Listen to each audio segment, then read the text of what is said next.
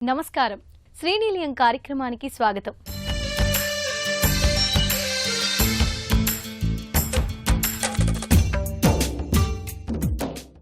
ఇల్లు కొనేందుకు గృహ రుణం తీసుకుంటాం. అన్నీ సరిగ్గా సాగుతుంటే రుణం తీర్చడంలో ఏ ఇబ్బంది లేదు. కానీ అనుకోని పరిస్థితుల్లో సంపాదించే వ్యక్తికి ఏదైనా జరిగితే ఆ అప్పు తీర్చడం ఎలా? ఇంటిని అమ్మేయాల్సిందేనా? కుటుంబ సభ్యులను ఇబ్బందిలోకి నెట్టే ఇలాంటి పరిస్థితి రాకుండా ఉండాలంటే ఏం చెయ్యాలి? ప్రతి రుణానికి తోడుగా ఒక పాలసీ ఉండాలని నిపుణులు చెబుతున్నారు.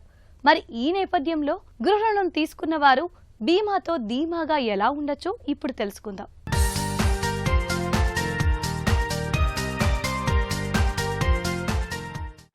బ్యాంకు నుంచే తీసుకుంటే సొంతిళ్లు కోసం తీసుకునే గృహ రుణం సాధారణంగా 20 ఏళ్ల పాటు కొనసాగే ఒక దీర్ఘకాలిక ఒప్పందం.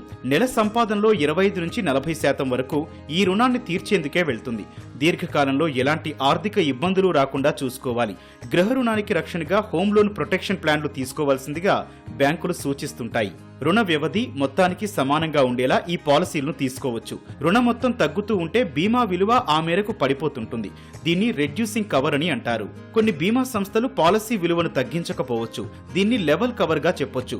గృహ రుణానికి సంబంధించిన బీమా పాలసీ అయినప్పటికీ సాధారణ టర్మ్ ఇన్సూరెన్స్ నిబంధనలే వర్తిస్తాయని మర్చిపోవద్దు. రుణగ్రహీత వయస్సు, ఆరోగ్యం, బీమా మొత్తం ఇతర అంశాల ఆధారంగా ప్రీమియం ఉంటుంది. ప్రమాదవశాత్తు ఏదైనా వైకల్యం సంభవించినా కొన్ని బీమా సంస్థలు పరిహారాన్ని ఇస్తాయి. కొన్ని సంస్థలు రుణగ్రహీత మరణిస్తేనే పరిహారం చెల్లిస్తాయి. తీవ్ర వ్యాధుల బారిన పడినప్పుడు రుణాన్ని తీర్చే విధంగానూ పాలసీలను ఎంచుకోవచ్చు.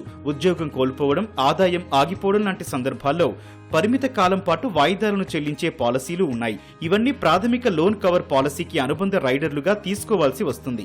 తెలుసుకోవాల్సిన విషయం ఏంటంటే గృహ రుణానికి రక్షణగా ఉండేలా బీమా పాలసీ తీసుకోవాలి. అయితే తప్పనిసరిగా బ్యాంకు చెప్పిన సంస్థ నుంచే తీసుకోవాల్సిన అవసరం లేదు. ఇది గృహ రుణగ్రహీత విచక్షణ మీద ఆధారపడి ఉంటుంది. బ్యాంకు మారితే ఈ లోన్ కవర్ టర్మ్ పాలసీలు బ్యాంకులు అందించే బృంద బీమాలో భాగంగా ఉంటాయి. ఒక ఇల్లు అనేది మనకు ఒక స్వప్నం. ఒక ఇల్లు ఉంటే చాలు, ఆ ధైర్యమే వేరు. ఆ ఇంటి యజమాని తను ఉన్నంత వరకు తన ఫ్యామిలీని ఎలా చూసుకుంటాడో ఇంటిని కూడా అలానే తీసుకుంటాడు. ఇది నేను చెప్పడమే కాదు, మన ఎకనామిక్స్ కూడా చెప్తోంది. మన గృహ రుణాల్లో ఎన్పిఏ శాతం చాలా చాలా తక్కువ. మీరు ఏ దేశం కంపేర్ చేసినా కూడా ఇట్ ఈస్ లెస్ దాన్ 1%. ఇంటి రుణం అనేది ఫ్యామిలీ పెద్ద ఉన్నంత వరకు చాలా అద్భుతంగా నడుస్తూ ఉంటుంది. సంపాదన ఉంటూ ఉంటుంది, వెళ్తూ ఉంటుంది. యజమానికి ఏమన్నా ఈ కుటుంబానికి దూరం అయితే అప్పుడు పరిస్థితి ఏంటి? ఆ కుటుంబంలో తను ఒక్కడే సంపాదన చేస్తుంటే అప్పుడు పరిస్థితి ఏంటి? దాని తర్వాత ఈఎంఐలు ఎవరు కట్టాలి? దీనికి తరుణోపాయం ఏమి అంటే బీమా తీసుకోవడం. గృహ రుణాలు బీమా, హౌసింగ్ లోన్ ఇన్సూరెన్సెస్. ప్రపంచ దేశాల్లో అంతా కూడా దిస్ ఈజ్ అ మస్ట్. ఎందుకంటే అక్కడ చాలా అన్సర్టనిటీస్ ఉంటాయి కాబట్టి, లైఫ్ కూడా చాలా ఇదిగా ఉంటుంది కాబట్టి ఇన్సూరెన్స్ అనేది మిగతా ప్రపంచ దేశాల్లో చాలా విరివిగా అవేర్నెస్ ఉంది. కాబట్టి అక్కడ మనకి చాలామంది, అంటే it is like a mandatory in US, UK or any other countries. But ఇండియాలో కేవలం 1% మాత్రమే ఇన్సూరెన్స్ కవరేజ్ అంటూ ఉన్నది, both in life, in housing loan insurances. ఒక బ్యాంకు నుంచి మరో బ్యాంకుకు గృహ రుణం మార్చుకున్నారనుకోండి, పాత రుణం కోసం తీసుకున్న బీమా రద్దవుతుంది. కొత్త బ్యాంకుకు మారినప్పుడు అక్కడ మళ్లీ మరో పాలసీ తీసుకోవాల్సి రావచ్చు. ఇది ఒక ప్రతికూలత. అయితే ఈ బీమా పాలసీని వ్యక్తిగత టర్మ్ పాలసీగా మార్చాల్సిందిగా బ్యాంకును కోరొచ్చు. అలా మారిన తర్వాత కొత్త బ్యాంకు నుంచి తీసుకున్న రుణానికి ఆ బీమా పాలసీని అనుసంధానం చేయొచ్చు. రుణానికి రక్షణగా టర్మ్ పాలసీ తీసుకోవడం తప్పనిసరి. దీంతో పాటు కుటుంబ ఆర్థిక బాధ్యతలు తీర్చేలా మరో టర్మ్ పాలసీ ఉండేలా చూసుకోవాల్సిన అవసరమూ ఉంది. అప్పుడే మీపై ఆధారపడిన వారికి ఆర్థికంగా ఏ ఇబ్బంది ఉండదు. గృహ రుణం ఇచ్చిన బ్యాంకుకు అనుబంధంగా ఉన్న బీమా సంస్థల నుంచి లోన్ కవర్ టర్మ్ పాలసీ తీసుకున్నప్పుడు బ్యాంకు ఆ ప్రీమియానికి సంబంధించిన రుణాన్ని ఇస్తుంది. దీన్ని మనం గృహ రుణ వాయిదాతో కలిపి చెల్లించాల్సి వస్తుంది. ఉదాహరణకు 35 ఏళ్ల వెంకట్ ఫ్లాట్ కొనేందుకు ₹1,00,00,000 బ్యాంకు రుణం తీసుకున్నారు. దీనికి ఆయన బీమా పాలసీ తీసుకోవాలని అనుకున్నారు. బ్యాంకు నుంచి బృంద టర్మ్ పాలసీ తీసుకుంటే ప్రీమియం దాదాపు 3 లక్షల వరకు చెల్లించాల్సి వస్తుంది. బ్యాంకు ఈ మేరకు రుణం ఇచ్చిందనుకుందాం. వర్తించే వడ్డీ రేటు 8.85% అనుకుంటే నెలవారీ వాయిదా 2,670 ఉంటుంది. 20 ఏళ్లలో వడ్డీతో సహా 6,40,873 చెల్లించాల్సి వస్తుంది. దీనికి బదులుగా ₹1,00,00,000 టర్మ్ పాలసీని సొంతంగా తీసుకున్నారనుకుందాం. అప్పుడు ఏడాదికి ప్రీమియం 19,000 వరకు ఉంటుంది. అంటే 20 ఏళ్లకు కలిపి చెల్లించేది 3,80,000. మీ పూర్తి వివరాలు మీ బ్యాంకు బీమా సంస్థను సంప్రదించి తెలుసుకోవాలి. వయస్సు, ఆరోగ్య పరిస్థితి, అలవాట్లను బట్టి ప్రీమియం మొత్తం మారుతుంది. కాబట్టి ఏ పాలసీ తీసుకోవాలన్నది 1-2 సార్లు ఆలోచించి నిర్ణయించుకోవాలి. మనకు హౌసింగ్ లోన్ ఇచ్చే ప్రతి బ్యాంకు కూడా మనకు బీమా చేయించుకునే అవకాశం ఇస్తుంది. వారి వారి బ్యాంక్ సంస్థల్లోనే బీమా స్కీమ్స్ ఉన్నాయి, ఇన్సూరెన్స్ స్కీమ్స్ వాళ్ళు ఉన్నాయి. ప్రతి ఒక్కరూ కూడా హౌసింగ్ లోన్తో పాటు ఇన్సూరెన్స్ తీసుకోవాలి. హౌసింగ్ లోన్ బీమా చాలా ఎక్స్పెన్సివా అంటే it is not expensive, it is not that expensive. ఈ ఈఎంఐతో పాటు ఇంకొక 3,000-4,000 ఎక్కువైనా కూడా ఇబ్బంది లేదు, కానీ రేపు పొద్దున అది మనల్ని కాపాడుతుంది. ఈ ఇన్సూరెన్సెస్ 2 విధాలు. ఒకటి గృహ రుణం యొక్క సంబంధించినటువంటి ఇన్సూరెన్స్, హౌసింగ్ లోన్ ఇన్సూరెన్స్ అనేది it will be tag to the housing loans, that particular housing loans.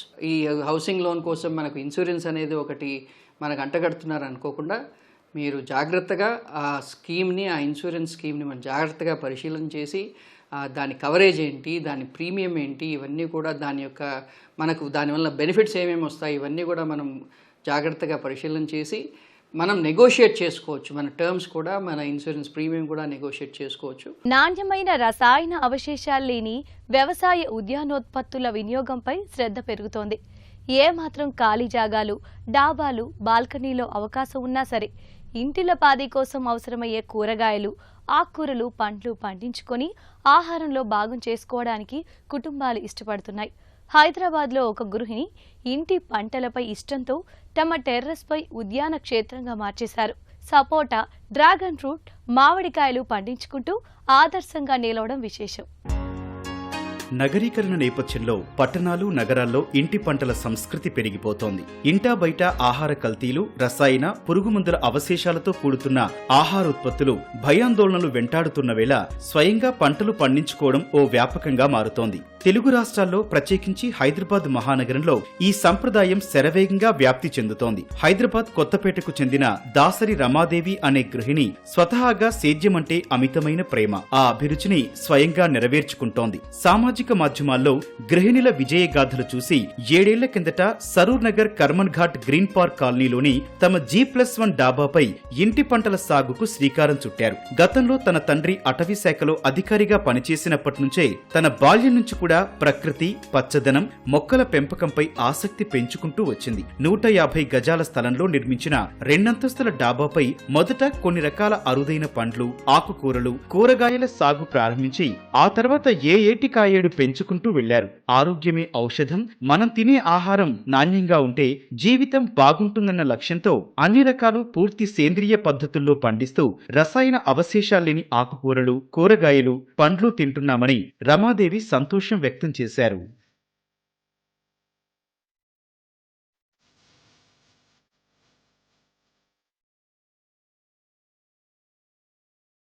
విశ్వనగరం హైదరాబాద్లో ఎక్కడ చూసినా మార్కెట్లో విష, రసాయనాల అవశేషాలతో కూడిన వ్యవసాయ, ఉద్యానోత్పత్తులే లభిస్తున్నాయి. అవి కొనుగోలు చేసి ఆహారంలో భాగం చేసుకోవడం వల్ల అనారోగ్యాల పాలు కావాల్సి వస్తుందన్న భయాందోళన నడుమ తాము శ్రీకారం చుట్టిన టెర్రస్ గార్డెనింగ్ నిర్వహణ ఓ వ్యాపకంగా మార్చేసుకున్నారు. ఎక్కడో అమెరికా, చైనా, జపాన్, ఆస్ట్రేలియా లాంటి దేశాల్లో మాత్రమే పెరిగే అరుదైన పండ్లు, పూలు తెలుగు రాష్ట్రాల్లో, ప్రత్యేకించి నగరంలో ఎందుకు పండవునని పరిశోధన చేసి విజయం సాధించిన రమాదేవి ఆ విత్తనాలు, మొక్కలు, అంట్లు తమ స్నేహితులు, బంధువులు, శ్రేయోభిలాషులే కాకుండా ఔత్సాహిక గృహిణులకు సైతం ఉచితంగా అందజేసి వెన్నుతట్టి ప్రోత్సహించారు. పూర్తిగా కోకోపిట్, పెద్ద పెద్ద గ్రో బ్యాగుల్లో రకరకాల మొక్కలు, పచ్చిమిరపకాయలు, తీగజాతి కూరగాయలు, కరివేపాకు నుంచి అన్ని రకాల ఆకుకూరలు ఉత్పత్తి చేస్తుండటం చూసి ఇరుగు పొరుగు కుటుంబాలు సైతం వచ్చి చూసి తాము కూడా ఇదే విధానాల్లో టెర్రస్ గార్డెన్లు ఏర్పాటు చేసుకుంటూ మంచి ఫలితాలు సాధిస్తున్నామన్నారు.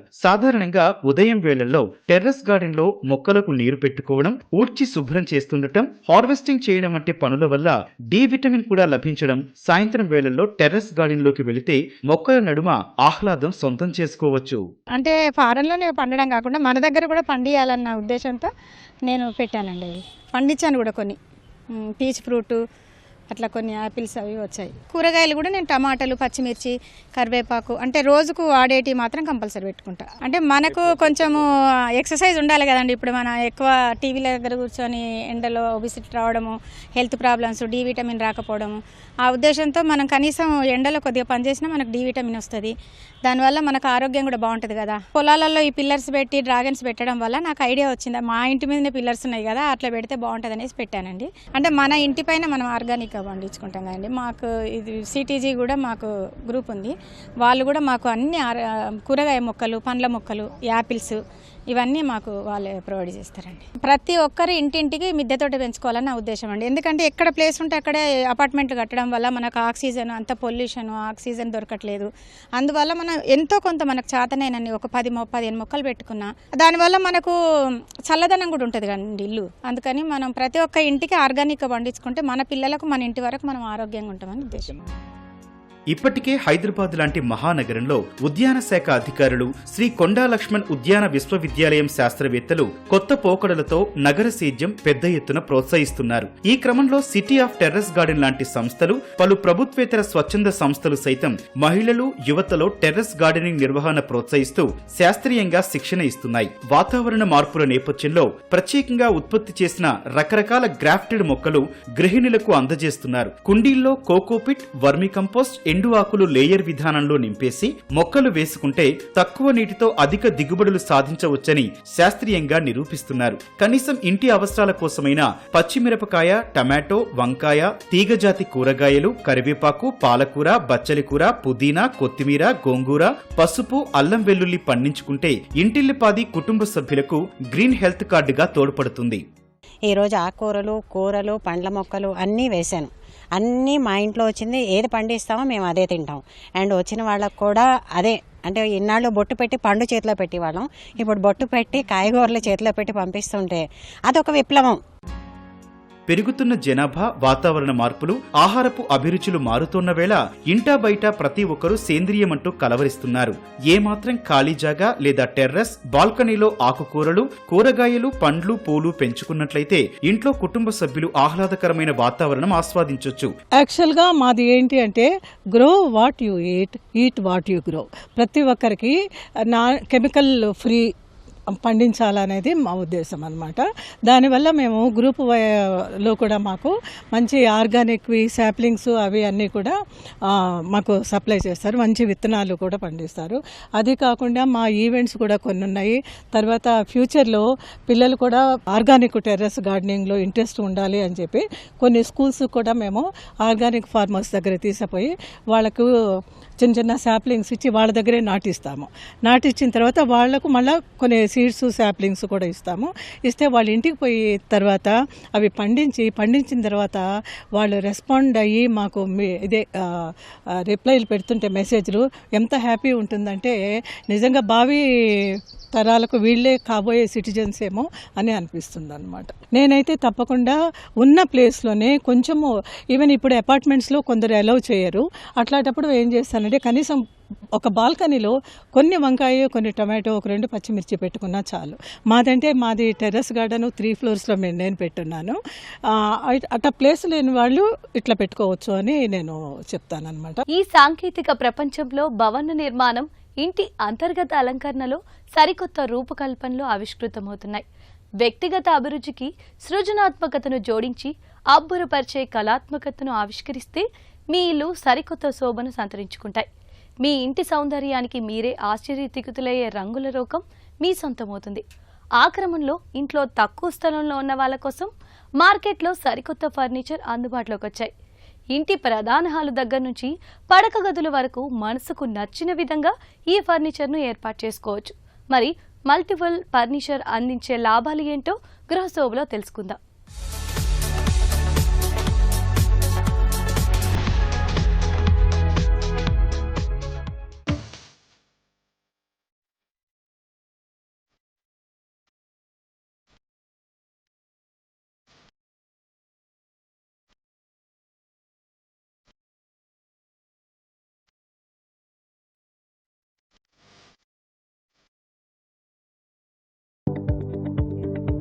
ఓ ఐడియా జీవితాన్ని మార్చేస్తుంది.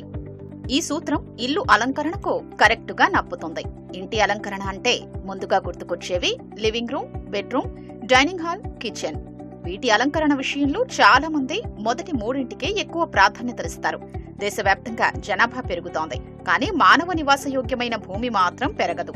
ఈ నేపథ్యంలో ప్రజలు తక్కువ విస్తీర్ణంలోనే ఇళ్లు నిర్మించుకోవాల్సి వస్తుంది. దాంతో మనం చిన్న ఇంటిలోనే సకల సౌకర్యాల్ని వెతుక్కోవాల్సిన అవసరం ఏర్పడుతుంది. ఈ తరుణంలో మధ్యతరగతి వ్యక్తులు కట్టుకున్న చిన్న ఇంటిలోనే విశాలంగా కనిపించేలా మార్గాల్ని అన్వేషిస్తున్నారు. దానికోసం సృజనాత్మక విధానాల్ని సైతం పాటిస్తున్నారు.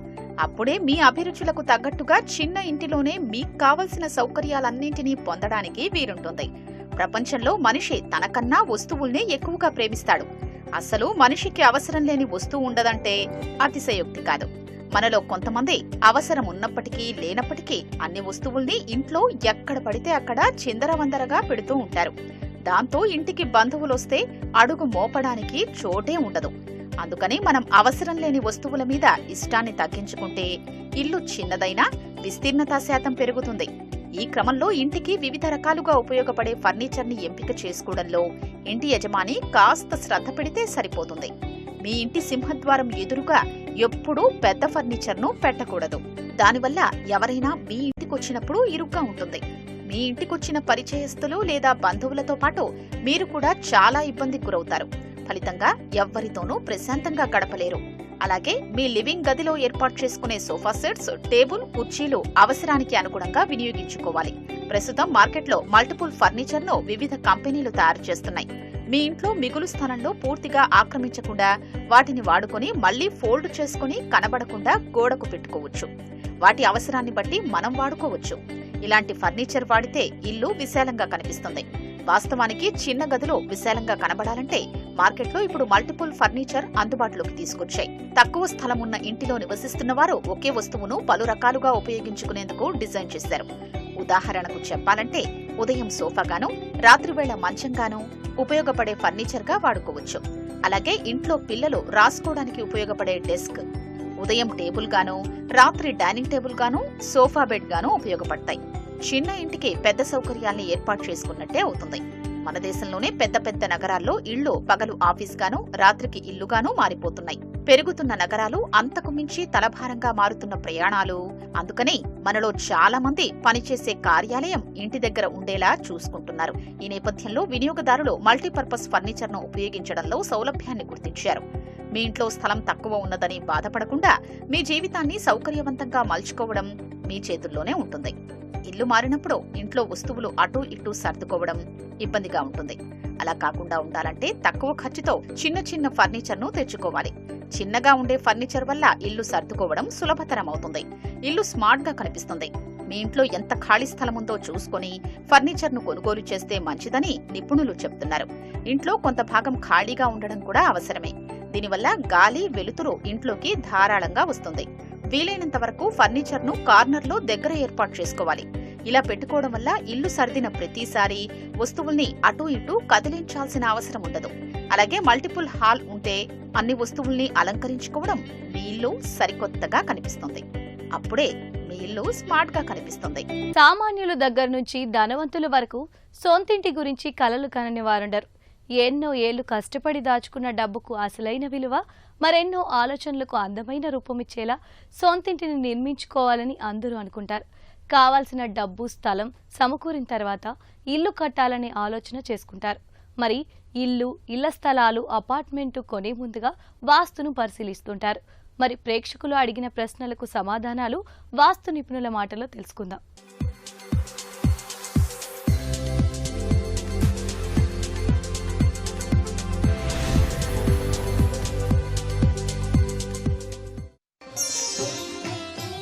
సంపు ఈశాన్యంలోనే ఎందుకుండాలి? అసలు వాస్తు శాస్త్రంలో ముఖ్యమైనది పంచభూతాల సమతుల్యత. ఇక్కడ పంచభూతాల్లో ముఖ్యమైనటువంటి నీరు అనేటువంటిది ఎక్కడ ఉండాలి? ఇక్కడ ఈశాన్యంలోనే సంపు ఉండాలి అని ఎందుకు అంటున్నాం? ఈశాన్యము, అధిపతి ఈశానుడు. ఈశానుడు అంటే ఆశుతోషుడు, అభయంకరుడు అయినటువంటి ఆ యొక్క మహాశివుడు. మహాశివుడు ఎప్పుడైతే ఆ యొక్క జటాజూటంలో గంగా అమ్మవారిని ఎప్పుడైతే గంగమ్మని ఎప్పుడైతే ఉంచుకున్నారో అక్కడ గంగమ్మ ఉండాలి. అంటే ఈశాన్య తత్వంలో గంగ ఉండి తీరవలసిందే, అంటే నీటి పారుదల ఉండాలి అనేటువంటిది మనం ముఖ్యంగా అర్థం చేసుకోవాలి. ఇక్కడ వాస్తుశాస్త్రం ఏం చెప్తుందంటే ఏదైనా సంపు డిజైన్ చేసినప్పుడు ఈశాన్యంలో డిజైన్ చేసినప్పుడు, అంటే ఇది ఈస్ట్ ఫేసింగ్ అనుకున్నాం అనుకోండి, ఇక్కడే మనకు ప్రవేశ ద్వారం వస్తుంది కాబట్టి ఇక్కడ సంప్ అనేటువంటిది తీసుకున్నప్పుడు ఈ డయాగనల్ లైన్లో సంప్ అనేటువంటిది పడకూడదు. ఎప్పుడు కూడా ఈ యొక్క సంప్ అనేటువంటిది డయాగనల్ లైన్లో పడకూడదు. అయితే సహజ సిద్ధంగా డిజైన్ చేసేటప్పుడు ఇక్కడ తూర్పు రాజవీధి ఉన్నప్పుడు ఉత్తర ఈశాన్యంలో ఆ యొక్క సంపు పెట్టుకోవాలి అని చెప్పేసి అంటూ ఉంటాం. ఎందుకు? ఇక్కడ ఈశాన్యంలోనే తూర్పు ఈశాన్యంలోనే పెడితే ఇక్కడే గేట్ ఉంటుంది కాబట్టి ఇలా ఈ విధంగా వచ్చినప్పుడు ఈ యొక్క సంపును తొక్కుతూ ప్రవేశ ద్వారంలోకి వెళ్తారు. అదేవిధంగా ఉత్తర రాజవీధి అనుకోండి, ఇది ఉత్తరం తీసుకున్నాం అనుకోండి, ఇలా ఉత్తరం తీసుకున్నప్పుడు ఇక్కడ ఉత్తర ఈశాన్యం నుండి నడక అనేటువంటిది ఉండాలి కాబట్టి ఇది ఉచ్చస్థానం కాబట్టి ఇక్కడ సంప్ అనేటువంటిది ఉత్తర ఈశాన్యంలో డిజైన్ చేయకూడదు. ఎప్పుడు కూడా తూర్పు ఈశాన్యంలో మనం తీసుకునేటువంటి సెట్ బ్యాక్లోనే మనం ఆ సంప్ అనేటువంటిది ఉండాలి. మనం ఏది చేసినా కూడా ఈ యొక్క స్థల గర్భం నుండి 16 డైరెక్షన్లో తీసుకొని ఇది నార్త్ ఫేసింగ్ అనుకుంటే, ఇది నార్త్ ఆఫ్ నార్త్ ఈస్ట్ అనుకుంటే, ఇది నార్త్ ఈస్ట్ అనుకుంటే, అంటే ప్రతి 22 డిగ్రీల 50 నిమిషాలకి ఒక్కొక్క డైరెక్షన్ చేంజ్ అవుతుంది కాబట్టి ఈ యొక్క ఈశాన్యం జోన్లో మాత్రమే నీటి పారుదల అనేటువంటి విధి విధానం ఉండాలి అని వాస్తుశాస్త్రం చెప్తోంది. ఇక్కడ మాత్రమే నీటిపారుదల ఉండి ఇక్కడ నుండి ఎక్కడ తీసుకున్నా కూడా ఈ యొక్క నీరు అనేటువంటిది చివరికి రెయిన్ వాటర్ హార్వెస్టింగ్ కానీ లేకపోతే సంప్ కానీ, అంటే స్టోరేజ్ కానీ లేకపోతే భూమిలోకి వెళ్ళేటువంటి ఆ యొక్క రెయిన్ వాటర్ హార్వెస్టింగ్ కానీ ఈ యొక్క ఈశాన్యం పరిధిలో మాత్రమే తీసుకోవాలి. ఇంటికి మెట్లు ఏ దిక్కున నిర్మించుకోవాలి? ఇక్కడ మెట్లు అనేటువంటివి ఏంటి? బరువు. అంటే బరువు ఎప్పుడు ఎక్కడ వెయ్యాలి? అధమ స్థానంలో వెయ్యాలి. అంటే తూర్పు రాజవీధి తీసుకుందాం అనుకోండి, అధమ స్థానం ఎక్కడ? తూర్పు రాజవీధికి ఒక ప్లాట్ కనుక కొన్నామనుకోండి, ఆ యొక్క ప్లాటులో నిర్మాణం చేయదలిచామనుకోండి, అక్కడ తూర్పు రాజవీధికి తూర్పు ఈశాన్యము తూర్పు ఈ 2 స్థానాలు ఉచ్చ, తూర్పు ఆగ్నేయము ఆగ్నేయము ఈ 2 స్థానాలు అధమం. కాబట్టి మెట్లు అనేటువంటివి తూర్పు ఆగ్నేయంలో తీసుకోవాలి. ఇన్ని స్థానాల్లో ఏదెక్కడ పెట్టుకోవాలి అనేటువంటిది కేవలం ప్లాట్ డైమెన్షన్ మీద మాత్రమే ఉంటుంది. ప్లాట్ డైమెన్షన్ అనేటువంటిది లోతు ఎక్కువ ఉండి విడ్త్ అనేటువంటిది తక్కువగా ఉంటే రాజవీధికి పర్పెండిక్యులర్గా ఇలా మనం స్టెప్స్ తీసుకుంటాం ఈస్ట్ కనుక కన్సిడర్ చేసుకుంటే. అదేవిధంగా నార్త్ ఫేసింగ్ అనుకోండి, ఇది అధమ స్థానం అవుతుంది.